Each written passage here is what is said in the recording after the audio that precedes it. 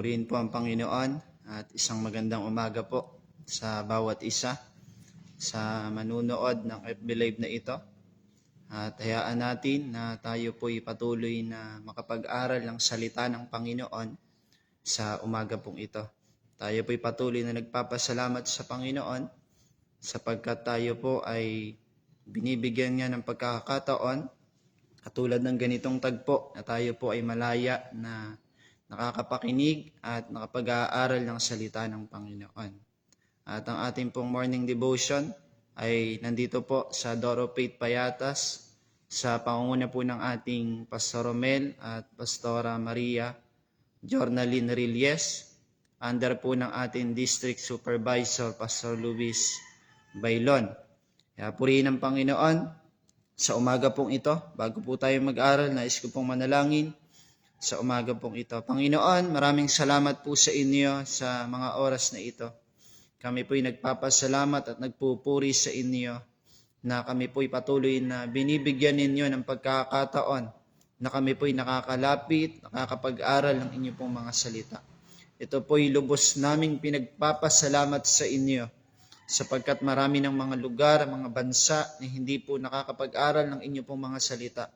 Kaya kami na malaya, na nakakadulog, nakakalapit sa inyo, Panginoon, nagagalak po yung aming mga puso at lubos na nagpapasalamat sapagkat kami po'y laging merong pagkakataon at malaya na nakakalapit, Panginoon, sa inyo pong harapan.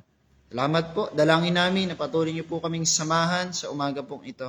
Bigyan niyo po kami ng patuloy na talino at karunungan nang sa ganon ay lubos naming maintindihan ang mga salita po ninyo na aming pong pag-aaralan. I-bless niyo po ang bawat mga manunood, makikinig, Panginoon. Kayo pong patuloy na magpalat, mag-ingat sa kanila pong mga buhay. Ang inyo pong mga salita na aming pong pag-aaralan ay patuloy na maging kalakasan ng aming pong espiritual na pakikipag-ugnayan po sa inyo. Maraming salamat po, Banal na Espiritu.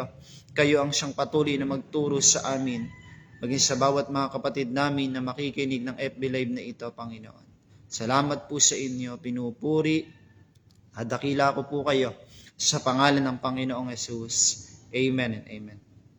Muli, isang magandang umaga po muli sa bawat isa. Tayo po'y patuloy na mag-aaral ng salita ng Panginoon. At ito po'y pinamagatang kong ang sinasamahan ng Panginoon. At ako po'y naniniwala na tayo pong lahat na mga sumusunod at naglilingkod sa Panginoon ay sinasamahan ng Panginoon. Pero sabi dito sa una pong pag-aaralan natin, paano natin malalaman na tayo po'y sinasamahan ng Panginoon o kasama natin ng Panginoon? Alam niyo, sa panahon natin ngayon, halos lahat ng tao, kung tatanungin po natin, kahit mga walang pagkakilala sa Panginoon, kung tatanungin po natin sila, kung kasama ba nila ang Panginoon, marahil ang isasagot po nila ay oo, kasama nila ang Panginoon. Pero sabi dito sa ating pong pag-aaralan, ang sinasamahan ng Panginoon ay marunong lumayo sa kasamaan. Alam niyo, sa sanlibutan o sa mundong ito na ating pong kinagagalawan, ang pag-iwas sa kasamaan ay tinatawag nilang kaduwagan. Pero tayong mga mananampalataya ng Panginoon, mga nalalaman natin na tayo po'y sinasamahan ng Panginoon, ang ating pong pag-iwas sa kasamaan o paglayo sa mga bagay na hindi tama, ito po'y hindi matatawag na kaduwagan. Bagkus ito po'y matatawag na katalinuhan dahil ang sinasamahan ng Panginoon, meron siyang kakayanan mag-isip at umiwas sa mga bagay na hindi nakalulugod sa Kanya. Amen? Sabi dito, basahin po natin sa Matthew chapter 13 verse 50. Ganito po ang sinasabi. At ihahagis ang masasama sa naglalagablab na apoy, doon ay mananangis sila at mangangalit ang kanilang mga ngipin. Binanggit po dito yung salitang masasama. Tayong mga naglilingkod sa Panginoon, bagamat tayo po'y nakakagawa ng mga bagay na masasabi natin na hindi tama sa Panginoon, pero agad tayong dumudulog at lumalapit sa Panginoon upang humingi ng tawad. Pero yung mga tao na makikita natin na walang takot sa Panginoon, tuloy-tuloy yung kanila pong paggawa ng mga bagay na hindi tama sa harapan ng Panginoon. Sabi dito, ang sinasamahan ng Panginoon, meron siyang kakayanan o meron siyang abilidad na makita muna yung isang bagay o yung isang sitwasyon bago niya hakbangan, bago niya gawin, kung ano ba yung magiging bunga nun. Marami sa atin, lalo tayo ng mga Pilipino, higit sa mga tao na malayo sa kalooban ng Panginoon, pag gusto nila yung isang bagay, agad na ginagawa nila.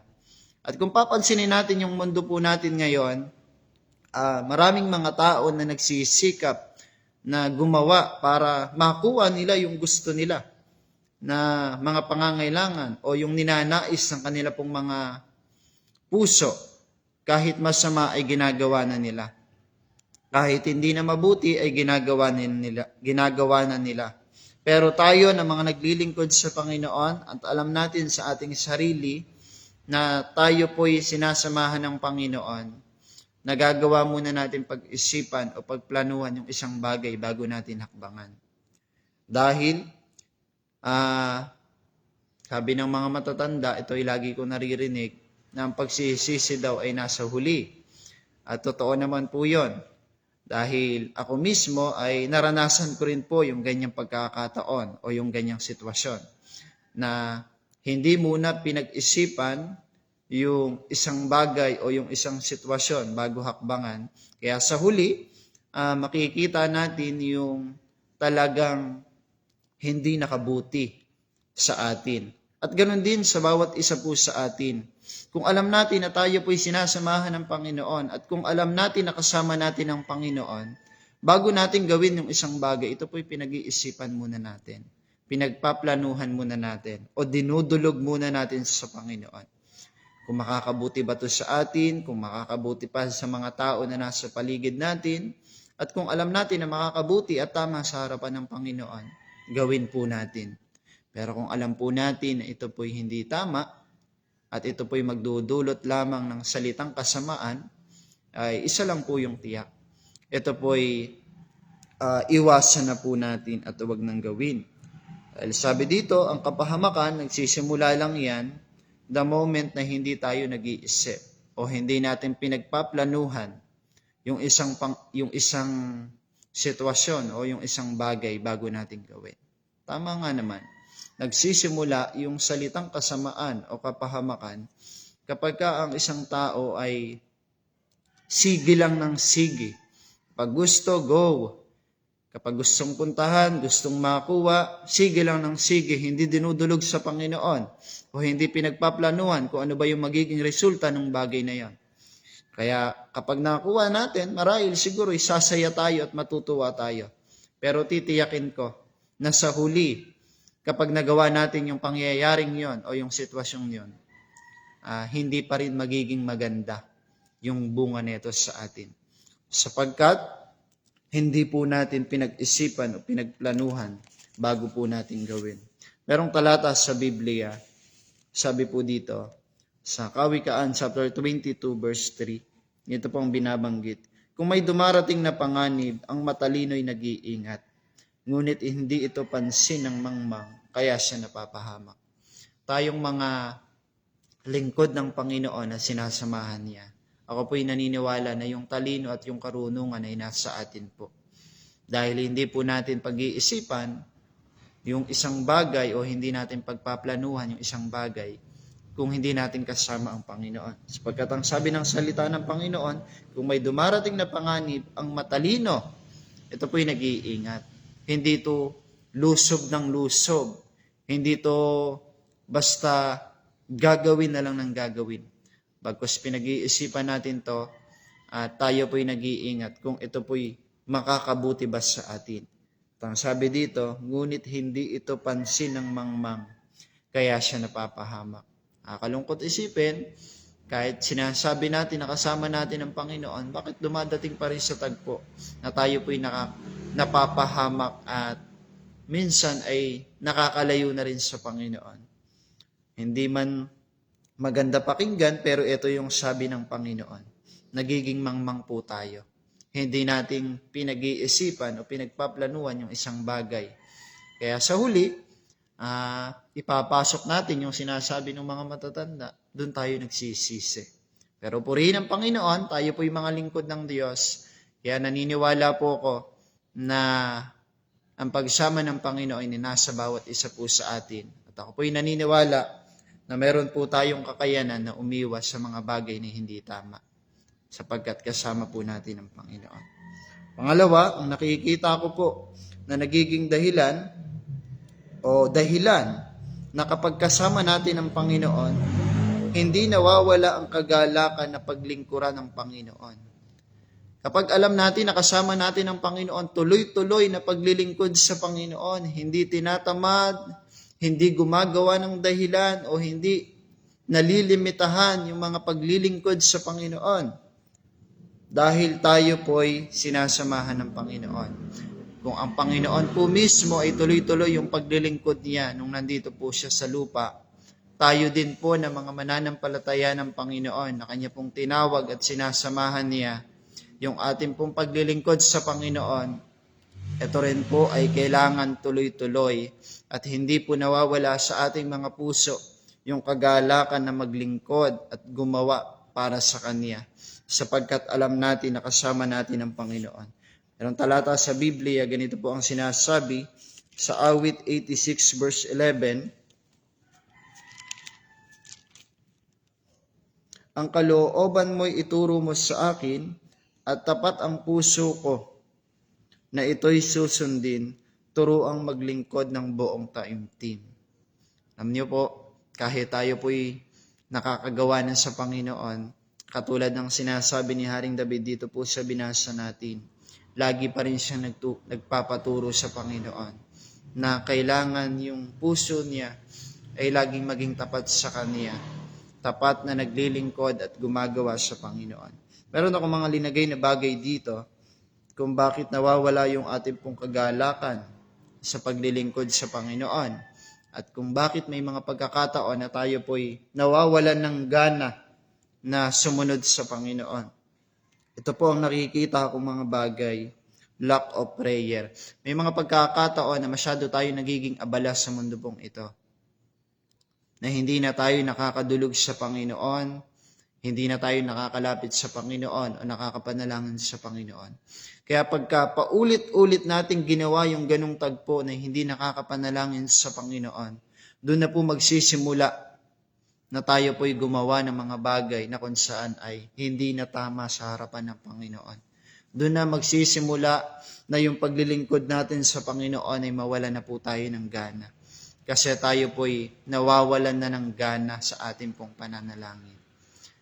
Kapag tayo po'y sinasamahan ng Panginoon, mga kapatid, yung salitang panalangin, ito po'y buhay na natin. Napakaganda bago tayo pumasok sa paaralan, sa trabaho, pagkagising natin sa umaga, hanggang sa ating pong pagtulog, at tuloy-tuloy na pananalangin. At doon natin mapapatunayan na ang Panginoon na ating pong pinaglilingkuran ay kasama po natin. Pangalawa, na nakikita ko na nagiging dahilan, nawawala na po tayo ng gana na mag-aral ng salita ng Panginoon o magbasa ng salita ng Panginoon. At pati yung, sabi dito, yung morning devotion ay hindi na po natin nagagawa.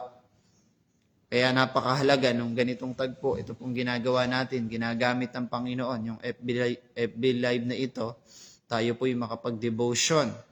At ito po'y napakahalaga at ito po'y nagpapatunay na ang Panginoon ay kasama po talaga natin. Bakit? Dahil binibigyan natin siya ng panahon sa umaga pa lamang. At kapag hindi na po tayo nakakapagbasa ng salita ng Panginoon, mas nagiging lamang na yung gawa ng mundo kaysa sa para sa Panginoon, ay mamamalaya na lamang po natin na tayo po'y papalayo na doon sa salitang paglilingkod sa Panginoon. Kaya kung gusto po natin na talagang magsigasig na maglingkod at gumawa para sa Panginoon, manalangin, kasabay noon yung pag-aaral ng salita ng Panginoon. Meron pa po dito, binabanggit po dito yung nawawalan na ng oras sa mga gawain para sa Panginoon. May mga naririnig ako na gusto nilang makapaglingkod sa Panginoon. May mga naririnig ako na kahit wala ako diyan, ipapadala ko naman yung tulong ko diyan.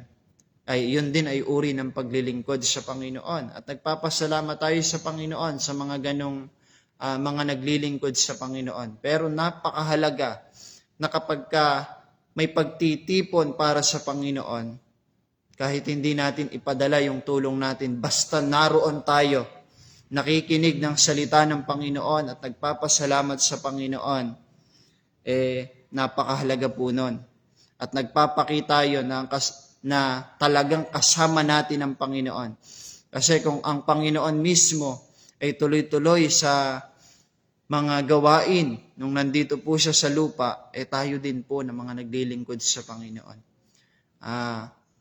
Huwag natin sanayin yung mga ganong tagpo. May mga naririnig at may mga nakikita ako na kahit hindi dumalo sa gawain, naroon naman daw yung puso nila. Kahit hindi dumalo sa gawain, alaan naman sila na tumulong sa gawain. Purihin ang Panginoon sa mga ganong kaisipan.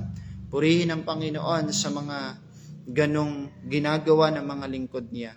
Pero bilang paalala sa umaga pong ito, napakahalaga na kapag may mga pagtitipon na para sa Panginoon, dapat lagi tayong nauuna. Dapat lagi tayong nardon. Lagi tayong galak na galak pumunta sa mga gawain ng Panginoon. At yun ay senyales na talagang kasama natin ang Panginoon. Hindi natin minamasama yung mga naglilingkod sa Panginoon na tumutulong, mga nagbibigay, mga nagtatides and offering, yun po ay mabuting bagay. Pero kung may pagkakataon tayo na dumalo o pumunta talaga sa gawain ng Panginoon, sikapin po natin na makapunta. Sapagkat yun po ay sinasabi ng salita ng Panginoon.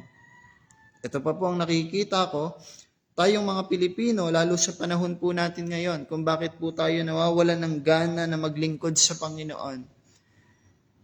Hindi natin masisisi yung ating pong mga sarili, pero sabi dito, masyado tayong maraming priority. Mas inuuna natin yung mga bagay na makapagpapasaya sa ating sarili. O yung mga bagay na nandito sa mundo, mas inuuna natin yung mga bagay na gano'n kaysa sa paglilingkod sa Panginoon.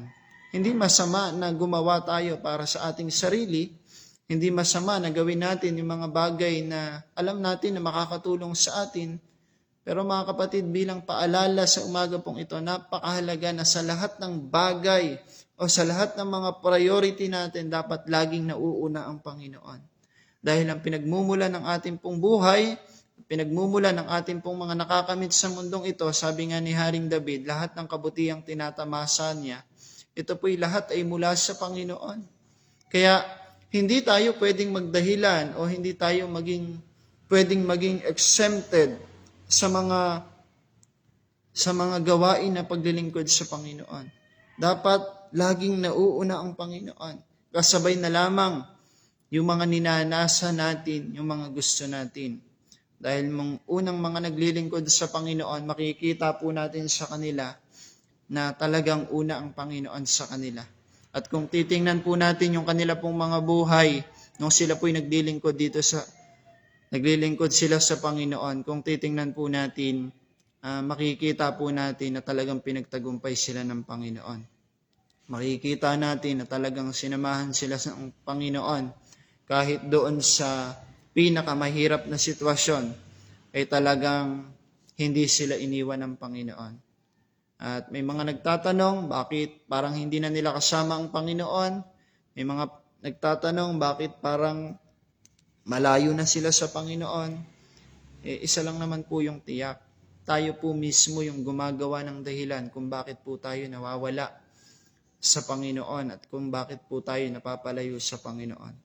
Pero kung lagi nating uunahin ang Panginoon, pangako naman ng Panginoon po sa atin yon, na hindi tayo pababayaan ng Panginoon at isusunod niya yung mga bagay na pangangailangan po natin. At ang sabi dito, bilang panghuli, nawawalan na talaga ng gana. hindi na siya interesado na maglingkod sa Panginoon. At doon na po magpapasimula na unti-unti na tayo po'y lumalayo na sa pagsama ng Panginoon dahil tayo po'y nawawalan na ng gana na maglingkod sa Panginoon.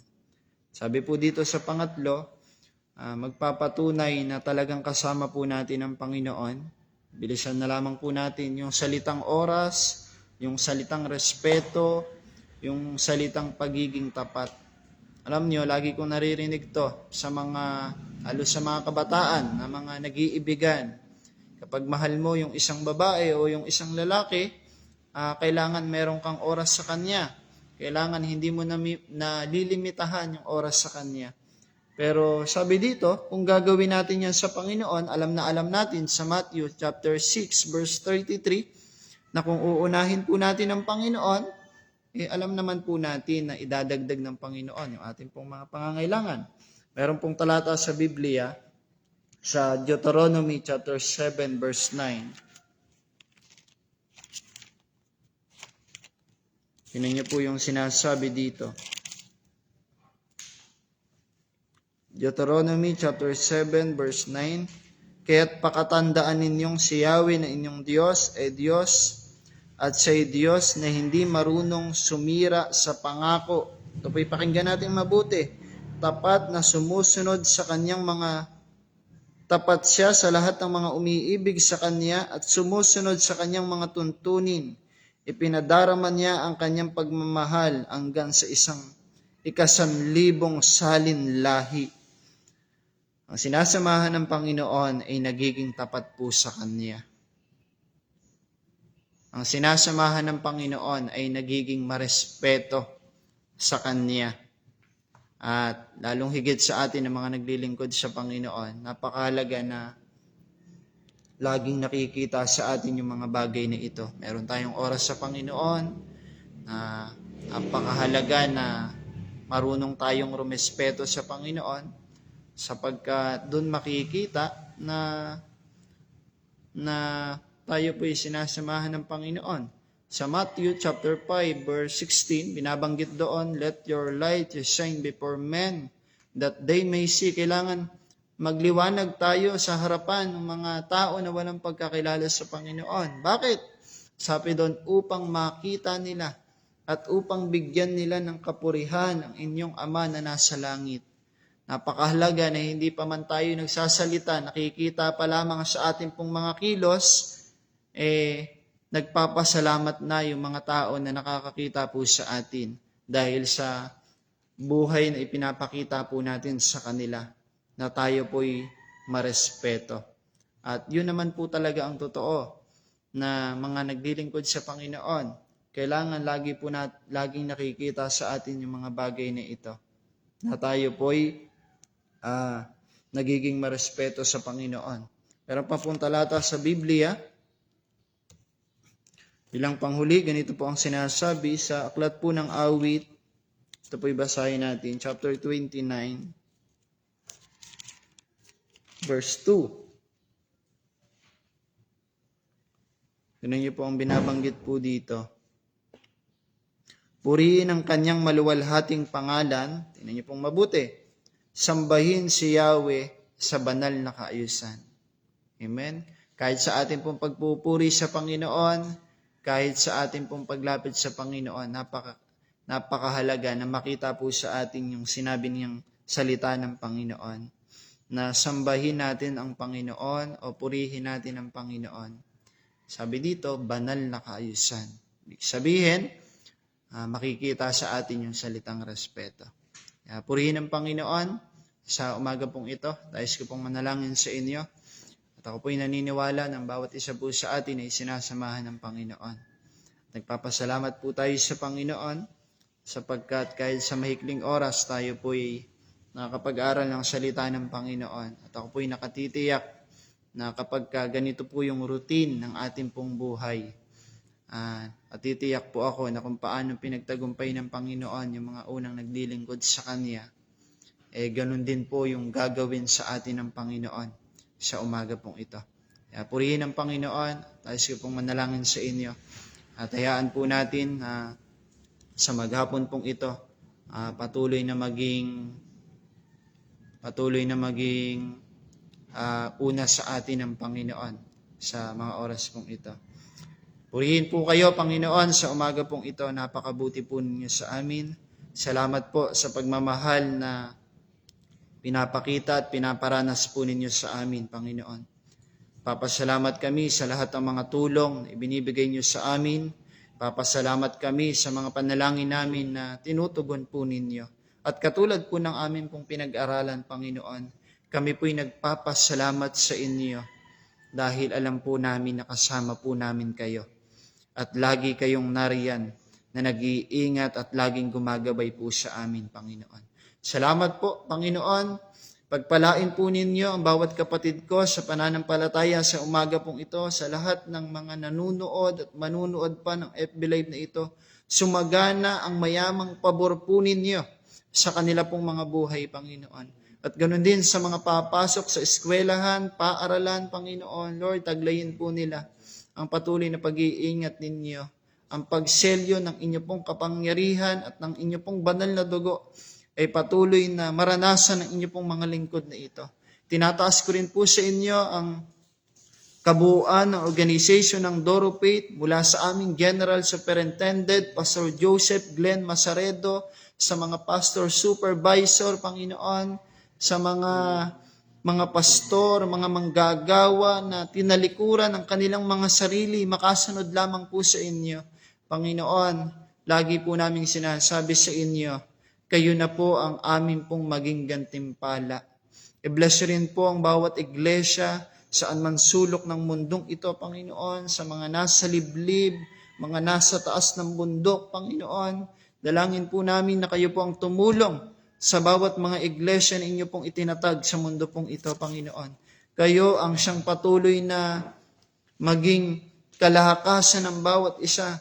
Kayo ang siyang patuloy na maging dahilan ng mga lingkod po ninyo, Panginoon, upang sila po'y patuloy na maging masigasig sa pagsunod po sa inyo. Maging laan na laging gumawa para sa inyo, Panginoon. Bless niyo po ang bawat kapatid namin, maging sa mga nakakaranas po ng karamdaman sa umaga pong ito. Panginoon, ako po'y patuloy na dumadalangin sa inyo na kayo po ang patuloy na magbigay ng kagalingan sa kanila pong mga buhay. Panginoon, ako po'y nananampalataya sa inyo na higit pa kayo sa magagaling na doktor sa mundo pong ito. You are great, Jehovah Rapha, Panginoon. Kaya dalangin namin sa lahat ng kapatid po namin na nakakaranas ng mga karamdaman at sakit sa umaga pong ito. Wala pong imposible sa inyo. Iparanas po ninyong kagalingan na nanggagaling po sa inyo.